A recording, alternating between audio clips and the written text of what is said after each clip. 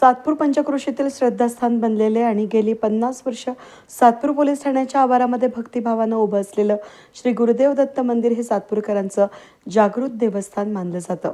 अनेकांना या ठिकाणी दर्शन घेताना आध्यात्मिक अनुभव जाणवल्याची भावना व्यक्त होत असते. याच ऐतिहासिक मंदिरामध्ये गुरुवारी दत्त जयंतीचा दिव्य सोहळा अत्यंत भक्तिमय आणि शांत आध्यात्मिक वातावरणात मोठ्या उत्साहात संपन्न झाला. दरवर्षीप्रमाणे यंदाही मंदिराची आकर्षक रंगरंगोटी, प्रांगणात उभारलेला भव्य मंडप आणि संपूर्ण मंदिरावर केलेली विद्युत रोषणाई यामुळे परिसर उजळून निघाला होता.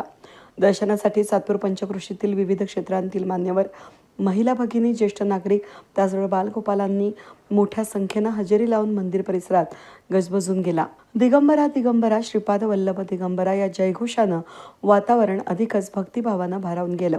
दिवसभर सातत्यानं भाविकांची रेलचेल सुरू होती. विशेषतः सायंकाळच्या आरतीच्या वेळी संपूर्ण परिसर भक्तिरसानं ओथंबून गेला होता.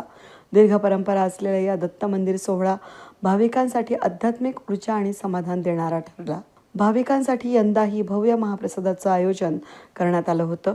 शेकडो भाविकांनी महाप्रसादाचा लाभ घेत भक्तिभावानं दत्त जयंतीची शोभा वाढवली. सातपूर पोलीस ठाण्याच्या आवारातील हा दिव्य दत्त जयंती सोहळा धार्मिक श्रद्धा, समाजातील एकोप्याची भावना आणि सामूहिक ऐक्याचं उत्तम प्रतीक ठरला. वेद न्यूजसाठी प्रतिनिधी कमलाकर तिवडे, सातपूर.